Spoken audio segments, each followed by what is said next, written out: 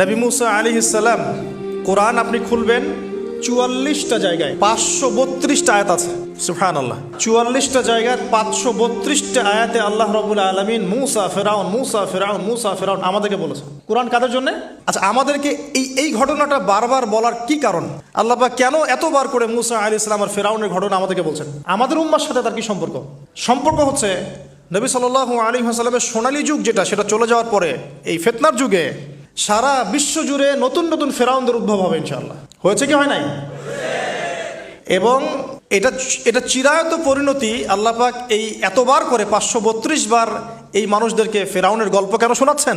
যাতে ফেরাউনের পরিণতি সম্পর্কে এরা সচেতন হয়, যাতে ওরাও ফেরাউনের পরিণতি সম্পর্কে সচেতন হয়। কে ফেরাউন? তার নাম রেমেসিস রেমেসিস। তো ফেরাউন কোনো নাম নয়, এটা একটা রাষ্ট্রীয় পদ। তো তার একটা নাম ছিল, আমি নামটা এই মুহূর্তে স্কিপ করে ফেলছি। কি কারণে সে ফেরাউন হলো? কেন তাকে ফেরাউন বলা হচ্ছে? এক দেখুন, ইউযাববিহুনা আবনাআকুম ওয়া ইস্তাহইউনা নিসাআকুম। মুসা আলাইহিস সালামের কওমের বনু ইসরাঈলদের ছেলেদেরকে মেরে ফেলছে, মেয়েদেরকে জীবিত রাখছে।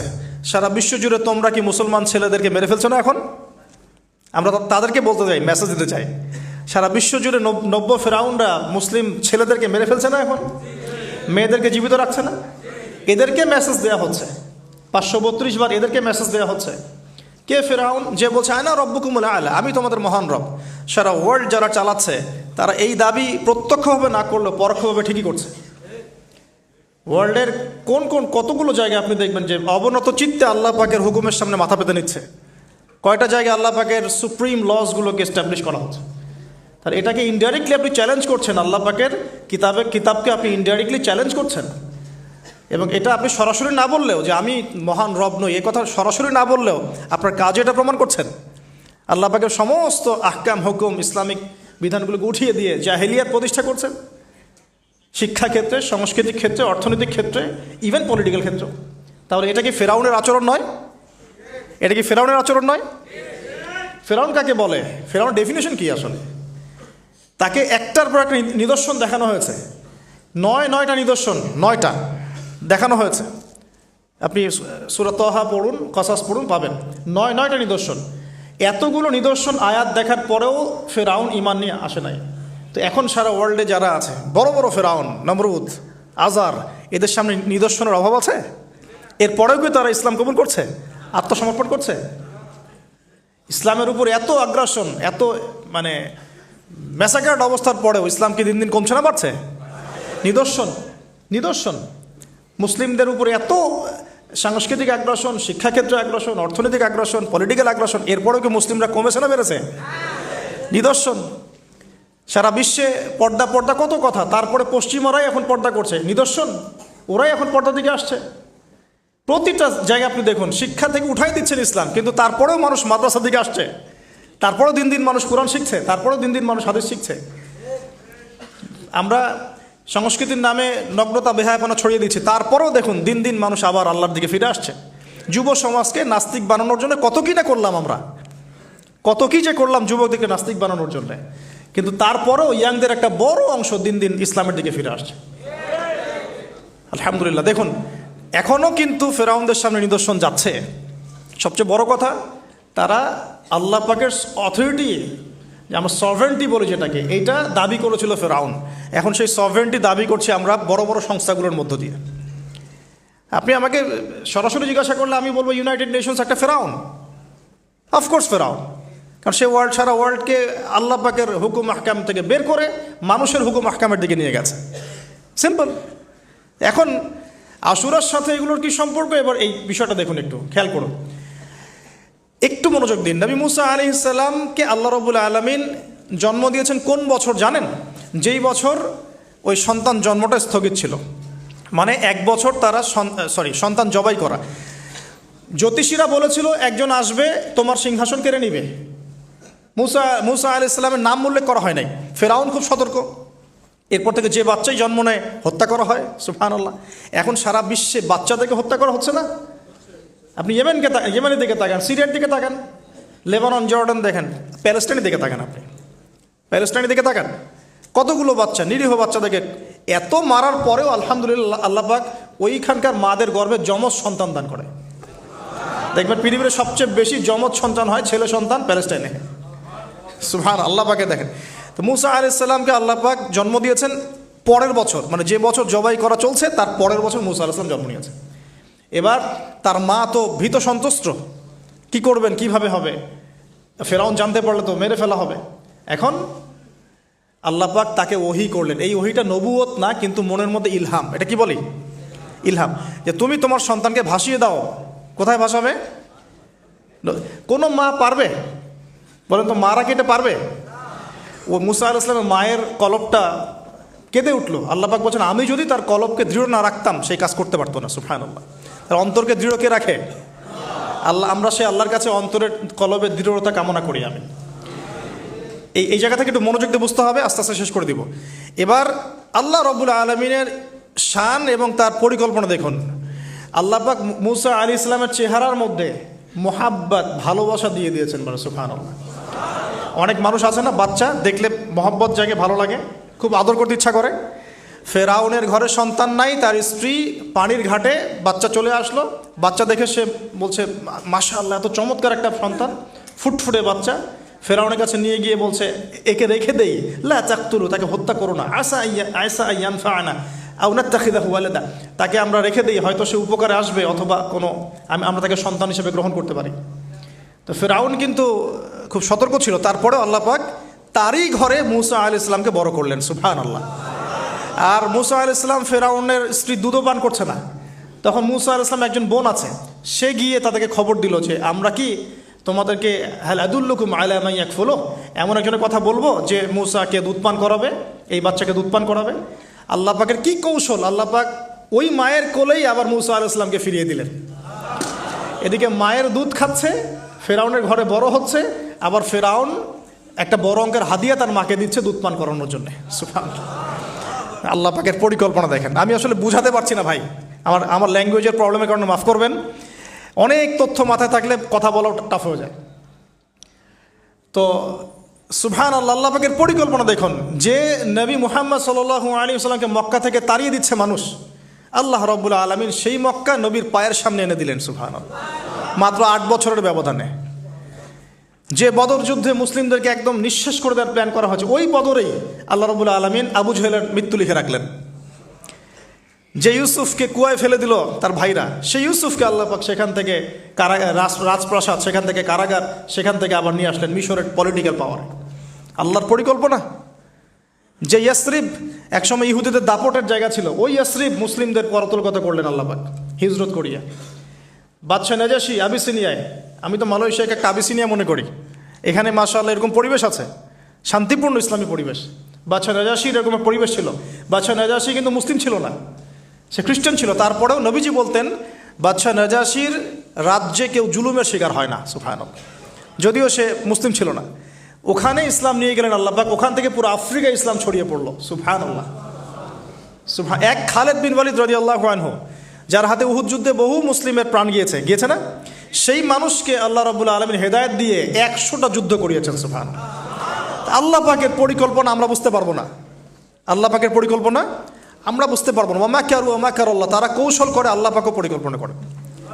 দেখেন, এই যে প্যালেস্টাইন নিয়ে এত সমস্যা করছে না, আল্লাহ পাকের কি পরিকল্পনা! সুবহানাল্লাহ। আল্লাহ পাক সমস্ত জিউসদেরকে ওইখানে একত্রিত করেছেন। কেন জানেন?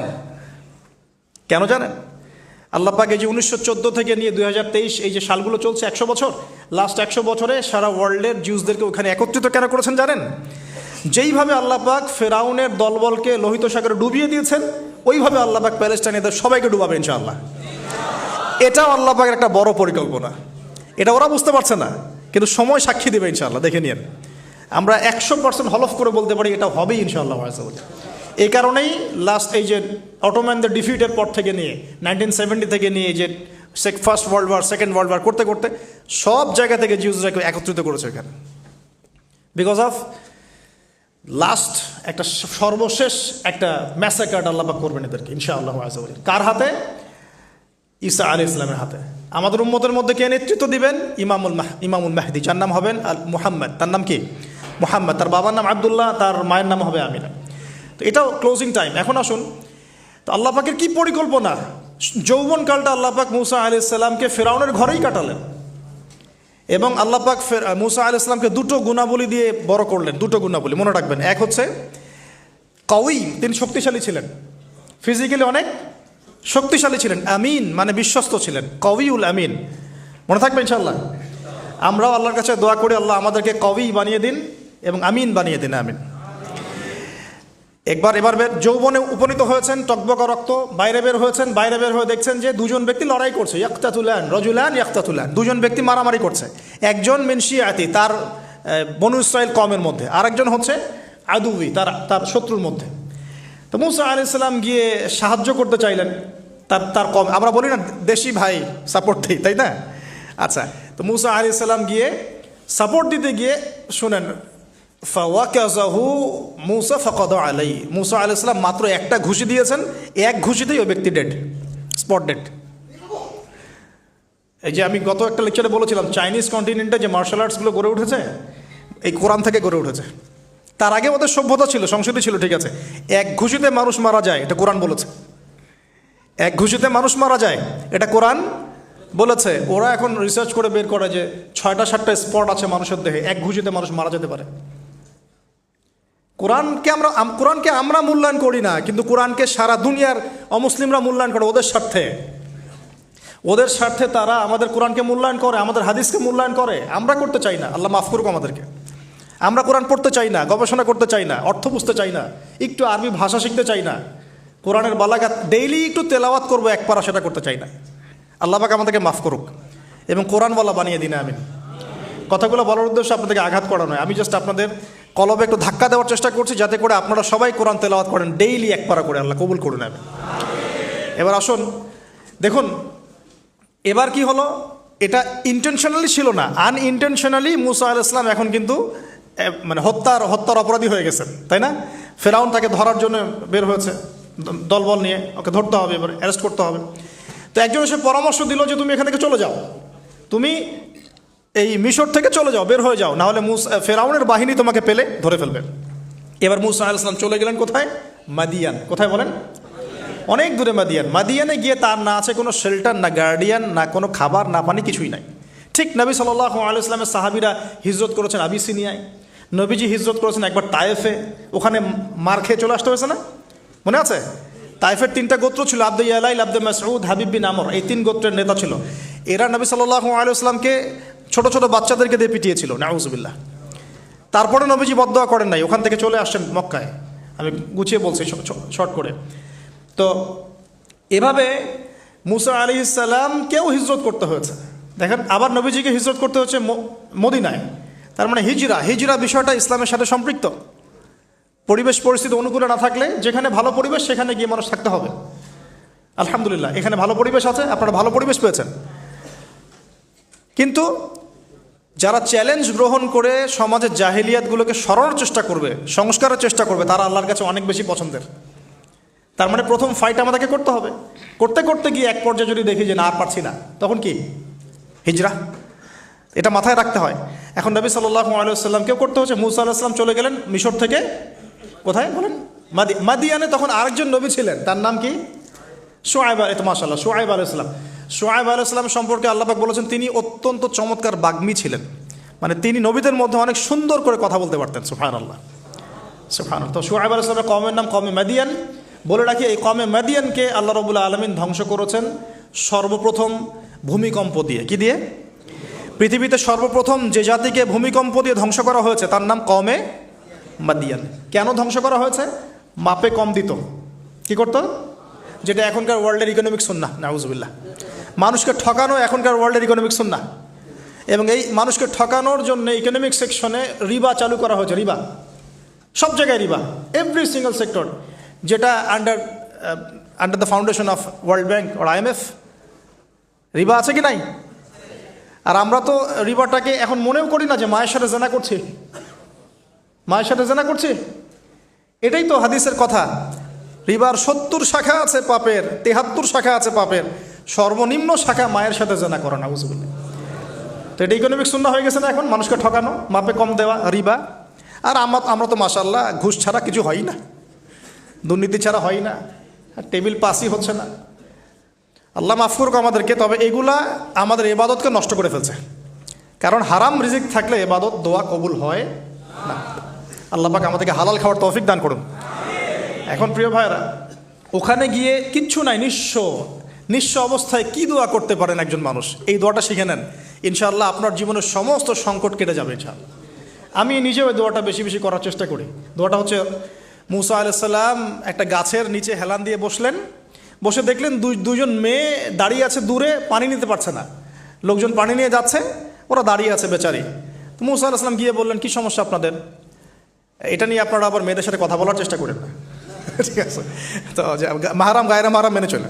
তারা বললেন যে আমাদের বাবা অনেক বৃদ্ধ মানুষ, আমরা পানি নিতে পারি না যতক্ষণ না আমাদের কম পানি নিয়ে চলে যায়। তো মুসা আলাইহিস সালাম তো একটু বললাম না, ফিজিক্যালি খুব স্ট্রং ছিলেন, থাকে না বডি বিল্ডার, সামনে গিয়ে কথা বলে সরো পানি নিতে দাও, তখন মানুষ একটু মূল্যায়ন করে না। তো মুসা আলাইহিস সালাম এভাবে পানি নিয়ে দিলেন এবং বাছুরদেরকে পানি পান করালেন, করিয়ে গাছের নিচে এসে বসে আছেন। বসে বসে তিনি দোয়া করছেন, এই যে দোয়াটা তিনি দোয়া করছেন, রব্বি, একটা নেক কাজ করলেন না, মানুষের উপকার করলেন, নেক কাজ করে এসে গাছের নিচে বসে দোয়া করছেন, আল্লাহ এখানে তো আমার খাবার পানি বাসস্থান কিছুই নাই, আমি কি করব? রব্বি ইন্নি লিমা আনজালতা ইলাইয়া মিন খায়রিন ফাকির, রব্বি ইন্নি লিমা আনজালতা ইলাইয়া মিন খায়রিন ফাকির। আবার বলেন, রব্বি ইন্নি লিমা আনজালতা ইলাইয়া মিন খায়রিন ফাকির। অর্থ হচ্ছে, হে আল্লাহ, তুমি তোমার পক্ষ থেকে আমার উপরে যে নিয়ামতগুলো দিবে, আমি এর জন্য ফকির হয়ে বসে আছি আল্লাহ। অর্থ বুঝে পড়বেন ভাই, নামাজ রোজা হজ জাকাত যাই করেন আল্লাহর ওয়াস্তে অর্থ বুঝে পড়বেন। অর্থ বুঝে পড়লে আপনার ইবাদতের স্বাদ পাবেন, তৃপ্তি পাবেন, আল্লাহর সাথে কানেকশন হবে, আল্লাহর নূর পাবেন, মাআরিফত পাবেন, সত্য স্বপ্নও দেখবেন তখন ইনশাআল্লাহ। তখন সত্য স্বপ্ন দেখবেন ইনশাআল্লাহ। আল্লাহ পাক তৌফিক দান করে নেন। এবার আল্লাহ পাকের সাহায্য নেমে আসলো, ওই দুই মেয়ের মধ্যে একজন হেঁটে হেঁটে চলে আসে। এবার এই মেয়ের হাঁটা সম্পর্কেও কোরআন কথা বলেছে, সুবহানাল্লাহ। এই মেয়ে কিভাবে হেঁটে এসেছে এই হাঁটার বর্ণনাও কোরআন দিয়েছে। কোরআন বলেছে এই মেয়ে হেঁটে আসছে লাজুক পায়ে। কি পায়ে? এখন আপনি এই পুরো ওয়ার্ল্ডের মেয়েদের হাঁটা দেখেন, লজ্জা আছে? তাহলে মেয়েদের সাথে লজ্জার একটা গভীর সম্পর্ক আছে। এই মেয়ের প্রশংসা আল্লাহ পাক কোরআনে করলেন, লাজুক পায়ে লাজুক ভঙ্গিতে অবনত নয়নে সে হেঁটে আসলো। এখন আপনি কেলে যান, গো টু খেল, আপনাদের টুইন টাওয়ারে যান, দেখেন সবার হাঁটার চলা দেখেন। হায়া লজ্জার কোনো বালাই আছে এখানে? আমি গত লেকচারে বলেছিলাম যে আদম আলাইহিস সালাম এবং হাওয়া আলাইহিস সালাম, ইবলিস তাদের সাথে প্রথম যে আচরণ করেছে ওই ফল খাওয়ানোর পরে, সেটা কি? তাদের গা থেকে পোশাক খুলে পড়ে গেছে, মানে নগ্ন করে দিয়েছে আমাদের পিতামাতাকে। মহাবিশ্ব নগ্ন করে দিয়েছে কে? ইবলিস। তো এখন এই পৃথিবীতে আমরা যারা নগ্নতার চর্চা করছি, তার কার এজেন্ট আমরা বুঝতে বাকি আছে? আমার কথা কি বুঝতে পারছেন কি না? এই কানেকশন মেলানোর চেষ্টা কর, ডটসগুলো মেলানোর চেষ্টা করেন। সামনে যাই প্রিয় ভাই, এই মেয়ে এসে বলছে, আমার বাবা আপনাকে ডাকেন, আমার বাবা আপনাকে ডাকছেন। তিনি গেলেন, বাবা শুআয়ব আলাইহিস সালাম। তখন এক বোন ইনডাইরেক্টলি বাবাকে বোঝাচ্ছে যে বিয়ে শাদী দিলে ভালো হয়। এক বোন বলছে যে আপনি তো তাকে পুরস্কৃত করতে চাচ্ছেন, তাহলে এইরকম কবিউন আমিন একজন মানুষকে সবচেয়ে ভালোভাবে পুরস্কৃত করা যায় তার যথাযোগ্য প্রতিদান দেওয়ার মধ্য দিয়ে। তো মেয়ের ইশারা বাবা বুঝেছেন, তিনি নিজের এক মেয়ের সাথে মুসা আলাইহিস সালাম বিয়ে দিলেন, সুবহানাল্লাহ। তবে শর্ত দিলেন, দেনমোহর কি? মোহর তো নাই। মোহর কি? এবার মোহর হচ্ছে 8 বছর তোমাকে আমার ফার্মে কাজ করতে হবে। এটা আগেকার একটা স্টাইল ছিল, সুন্নাহ। এটা এখন নাই, যদিও আগে এরকম ছিল যে দেনমোহর দেওয়ার জন্য এই একটা পদ্ধতি ছিল। যেমন ইয়াকুব আলাইহিস সালামের ক্ষেত্রেও এরকম 7 বছরের কথা আসছে, তিনি 7 বছর তার শ্বশুরের ফার্মে কাজ করেছেন। এটা নতুন ছিল না ওই সময়, এটা কমন ছিল। এখন যেমন আমাদের দেশে কমন 10 লাখ টাকা মোহর হবে, 10,000 টাকা দিব, বাকিটা সব বাকি, তাই না? তো এরকম আর কি কমন কিছু বিষয় থাকে আর কি। আস্তাগফিরুল্লাহ, মাফ করো। বলবে বাসুরাতে, বলবে আমাকে মাফ করে দাও। শুরুতেই নিজের গায়রথহীনতার পরিচয় দিল। আবার এদিকে শ্বশুরের কাছে মাশাল্লাহ মোটা অঙ্কের ডোনেশন নিতে চাচ্ছে, যৌতুক। বিয়ে আমাদের ওখানে মাশাল্লাহ মানে কেনা বেচা, মেয়ে বিক্রি করতেছে আর ছেলে কিনতেছে। এবার 8 বছর পূর্ণ করা হলো, তিনি আরও 2 বছর 10 বছর পূর্ণ করলেন। এই 10 বছরে মুসা আলাইহিস সালাম নববী পরিবেশ পেলেন, অভিভাবক পেলেন, স্ত্রী পেলেন, প্রেমময়ী সন্তান ইত্যাদি সব কিছু। এবার আল্লাহ রাব্বুল আলামিন তাকে মিশরের দিকে যাওয়ার যে সময় তো এখন হয়ে গেছে, 10 বছর হয়ে গেছে, মিশরে যেতে হবে। যাওয়ার পথে স্ত্রীর প্রসব বেদনা উঠেছে। তখন মুসা আলাইহিস সালাম আগুন খুঁজছেন। আগুন কি খুঁজছেন ভাই? আগুন। আগুন খুঁজতে খুঁজতে খুঁজতে খুঁজতে তুর পাহাড়ের ওখানে গিয়ে দেখছেন যে আগুন গাছে জ্বলছে, সবুজ পাতার উপরে আগুন। তিনি অবাক। এই সময় আওয়াজ আসলো, বিসমিল্লাহির রহমানির রহিম, ইন্নী আনা রব্বুক ফাখলা'না আলাইক ইন্নাকা বিল ওয়াদিল মুকদ্দাস তুয়া। মুসা, ইন্নানি আনা আল্লাহ লা ইলাহা ইল্লা আনা ফা'বুদনি ওয়া আকিমিস সালাতা লিযিকরি। মানে এখানে অনেকগুলো কথা আছে, সূরা তাহার মধ্যে আছে। আওয়াজ চতুর্দিক থেকে ভেসে আসলো। মহান আল্লাহ রব্বুল আলামিন তার শান অনুযায়ী, তার ইজ্জত অনুযায়ী তিনি যেভাবে কথা বলেন সেভাবে মুসা আলাইহিস সালামের সাথে কথা বললেন। আল্লাহু আকবার। বললেন, ইয়া মুসা, হে মুসা, ইন্নানি আনা আল্লাহ, নিশ্চয়ই আমি আল্লাহ, লা ইলাহা ইল্লা আনা, আমি ছাড়া কোনো ইলাহ নাই, ফা'বুদনি, তুমি আমার ইবাদত করো, ওয়া আকিমিস সালাতা লিযিকরি, আমার ইবাদতের জন্য সালাত কায়েম করো, আমার জিকিরের জন্য সালাত কায়েম করো, আমার স্মরণের জন্য সালাত কায়েম করো। ফাখলা'না আলাইক, তোমার জুতা খুলে ফেলো, ইন্নাকা বিল ওয়াদিল মুকদ্দাস তুয়া, তুমি তুয়া উপত্যকায় আছো, পবিত্র তুয়া উপত্যকায় আছো। আদব শেখানো হলো। এভাবে অনেক কথোপকথন হলো। নবী মুসা আলাইহিস সালাম ভয় পেয়ে গেলেন এবং আল্লাহ পাক আরও কথা বললেন, ওয়ামা তিলকা বিয়ামিনিকা ইয়া মুসা, তোমার ডান হাতেটা কি? মুসা আলাইহিস সালাম বলছেন, ক্বালা হিয়া আসায়া আতাওয়াক্কাউ আলাইহা ওয়া আহুশু বিহা আলা গনামি ওয়া লিয়া ফিহা মাআরিব উখরা। এটা তো আমার লাঠি, এটা দিয়ে আমি ডালপালা পারি, আমার ওই যে গবাদি পশু চড়াই। আল্লাহ পাক বলছেন যে এটা ছুঁড়ে মারো, আলকিহা ইয়া মুসা, এটা ছুঁড়ে মারো। ফালকাহা, তিনি ছুঁড়ে মারলেন, ফাইদা হিয়া হাইয়াতুন তাসা, এবং এটা ছোটাছুটি শুরু করলো, বড় একটা সাপ হয়ে গেল। সুবহানাল্লাহ। এগুলো কোনো গাল গল্প নয়, এগুলো আল্লাহ রাব্বুল আলামিনের মুআজিজা, মুআজিজাতুল কুবরা, এটা বড় মুআজিজা।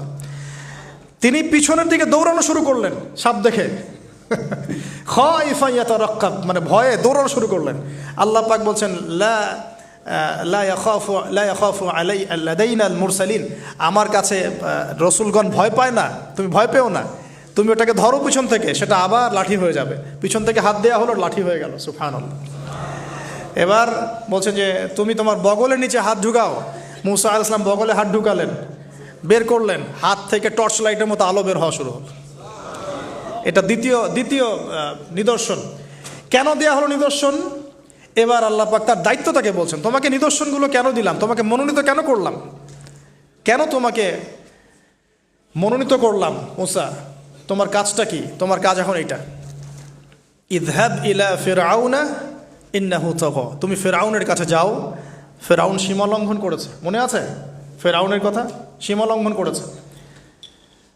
তখন মুসা আলাইহিস সালাম তার অপারগতা প্রকাশ করছেন এভাবে। তিনি বলছেন, আল্লাহ, আমার তো জিহ্বায় জড়তা আছে, আর আমি তো ওখানে এক ব্যক্তি, আমার খুনের অভিযোগ আমার কাঁধে, আমি এখন কিভাবে কি করব আল্লাহ? তখন আল্লাহ রাব্বুল আলামিন বলছেন, এই দোয়াটা করো। কোন দোয়া? মুসা আলাইহিস সালাম করলেন, রব্বি ইশরাহ লি সদরি, হে আল্লাহ আমার বক্ষ প্রশস্ত করো, ওয়াসির লি আমরি, আমার কাজকে সহজ করে দাও, ওয়াহলিল উকদাতাম মিন লিসানি, আমার জিহ্বার সমস্ত জড়তা দূর করে দাও, ইয়াফকাহু কাওলি, যাতে মানুষ আমার কথা বুঝতে পারে। আমার পরিবারের মধ্য থেকে ওয়াজআলনি ওয়াজিরাম মিন আহলি, আমার পরিবারের মধ্যে একজন ওজির আমাকে দাও, সাথী। হারুন আখি, আমার ভাই হারুনকে দান কর। সুবহানাল্লাহ। তা হারুন আলাইহিস সালামকে নবুয়ত দেওয়া হলো। দুজনকে আল্লাহ পাক এখন বলছেন, ইযহাবা ইলা ফিরআউন, তোমরা দুজন এখন ফিরআউনের কাছে যাও। ফাইন্নাহু তাগা ফাকুলা লাহু কাওলাল লাইয়িনা, তবে তাকে গিয়ে কর্কশ ভাষায় কথা বলবে না, নরম স্বরে কথা বল। দায়ীদের এখানে সুন্নাহ, দায়ীদের জন্য শিক্ষা আছে, দায়ী আলেম যারা মুবাল্লিগ তাদের শিক্ষা আছে। ফিরআউনের সামনে গিয়ে দাওয়াত দিলেও কিভাবে দিতে হবে? ফাকুলা লাহু কাওলাল লাইয়িনা, নম্রভাবে কথা বলো। লাআল্লাহু, কেন নম্রতার সাথে? লাআল্লাহু ইয়াতাযাক্কারু আও ইয়াখশা, হয়তোবা নম্রতা প্রদর্শন করলে সে উপদেশ গ্রহণ করতে পারে, অথবা সে আল্লাহকে ভয় করতেও পারে। আল্লাহ পাক তো আগে থেকে জানেন সে ঈমান আনবে না, তারপরেও আমাদের আদব শিখাচ্ছেন আল্লাহ পাক এখানে। তারা দুজন চলে গেলেন, দাওয়াত দিলেন। ফিরআউন মশকরা করছে, ওয়ামার রব্বুকুম ইয়া মুসা, তোমাদের দুজনের রব আবার কে? হ্যাঁ, মুসা আলাইহিস সালাম বুঝাচ্ছেন, রব্বি আল্লাযী, আমার রব সেই রব যিনি জীবিতকে মৃত করেন, মৃতকে জীবিত করেন, ইত্যাদি। মানে যার হুকুম ছাড়া একটা গাছের পাতাও নড়ে না, যিনি মাটি থেকে সব উৎপন্ন করেন, বৃষ্টি বর্ষণ করেন, সব বুঝালেন। ফিরআউনের বক্তব্য তখন এটাই ছিল, তোমাদের কাছে কি কোনো নিদর্শন আছে? কোনো আয়াত নিদর্শন আছে? হ্যাঁ, নিদর্শন আছে। কি? লাঠি ছুঁড়ে মারলেন, সাপ হয়ে গেল। এখন ফেরাউন বলছে এটা তো জাদু, এটা কি? আমার জাদুকররাও এটা পারে, জাদুকরদেরকে ডেকে না হলো, জাদুকররাও লাঠি ছুঁড়ে মারলো, সাপ হয়ে যাচ্ছে। কিন্তু এই বড় সাপ ওদের সব সাপকে খেয়ে ফেললো। তখন ফেরাউন কিন্তু ভয় পেয়ে গিয়েছিল। এরপরেও এই হাত বের করে আলোর এই নিদর্শন দেখানো হলো, তাওহীদের দাওয়াত দেওয়া হলো, ফেরাউনকে ভয় করতে বলা হলো, ফেরাউনকে সতর্ক করা হলো যে আমার রব, আপনার রব, সবার রব হচ্ছেন আল্লাহ। সব কিছু বোঝানো হলো, কিন্তু ফেরাউন এই কোনো কথাই গ্রহণ করলো না।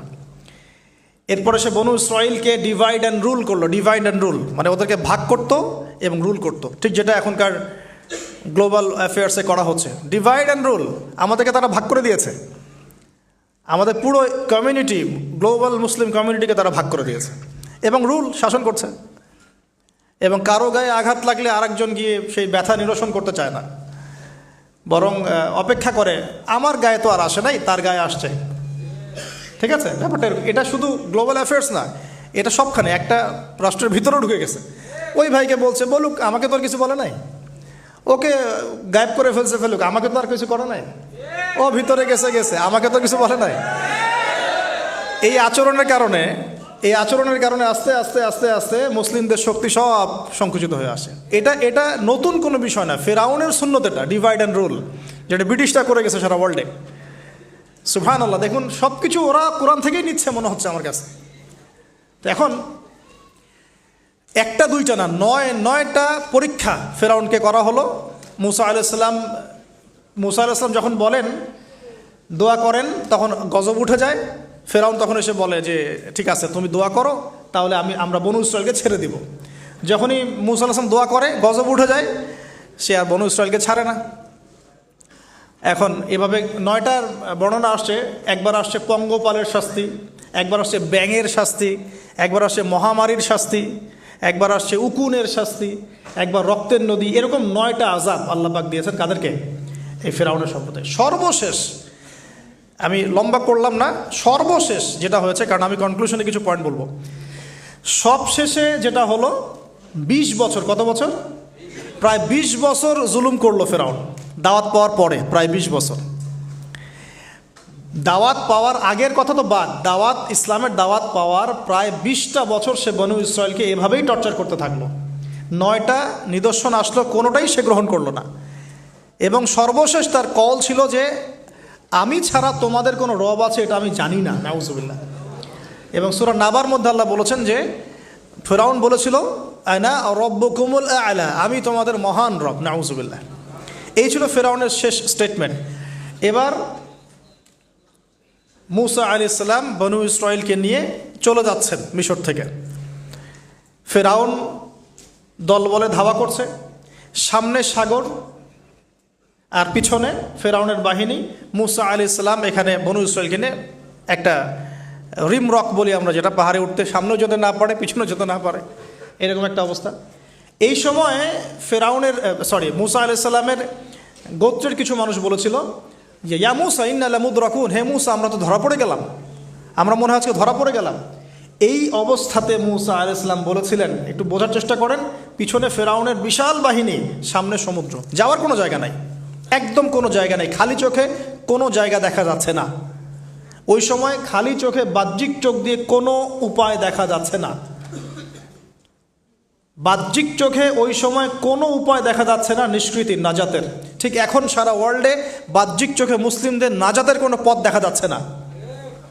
বাহ্যিক চোখ দিয়ে কি করবে মুসলিমরা? খালি পড়াশোনা করবে, না কমিউনিটি করবে, না জিহাদ করবে, নাকি তাগুতের এগেনস্টে লড়বে? কি করবে মুসলিমরা? নাকি সারাদিন বসে বসে মসজিদে তাসবিহ টিপবে আর নামাজি পড়বে? কি করবে মুসলিমরা? বাহ্যিক চোখ দিয়ে এখানেও কোনো ফয়সালা দেখা যাচ্ছে না। তখন আল্লাহ রাব্বুল আলামিন মুসা আলাইহিস সালামকে একটা পরীক্ষাও নিলেন। একজন বলছে ইন্না লামুদরাকুন, আমরা ধরা পড়ে গিয়েছে। মুসা আলাইহিস সালাম তখন বলছেন দৃঢ় চিত্তে, কাল্লা কাল্লা, কখনো না, ইন্না রব্বি মাইয়া সাইয়াহদিন, নিশ্চয়ই আমার রব আমার সাথে আছেন, তিনি আমাকে পথ দেখাবেন। সুবহানাল্লাহ। তাহলে আজকেও মুসলিমদের সারা ওয়ার্ল্ড ওয়াইড এই চেতনাই থাকা উচিত যে কাল্লা, কখনো না। আল্লাহ ইন্না রব্বুনা মা'ানা, নিশ্চয়ই আমাদের রব আমাদের সাথে আছেন, তিনি আমাদেরকে পথ দেখাবেন ইনশাআল্লাহ। এই পথে আমরা চাই ইহদিনাস সিরাতাল মুস্তাকিম, তাই না? সিরাতাল লাযিনা আনআমতা আলাইহিম গায়রিল মাগদুবি আলাইহিম ওয়ালাদ-দাল্লিন। এই বাস যখন আপনি পুরো দমে আল্লাহর উপর তাওয়াক্কুল করে ফেলবেন, তখনই তো আল্লাহ রাব্বুল আলামিনের নুসরা নেমে আসবে।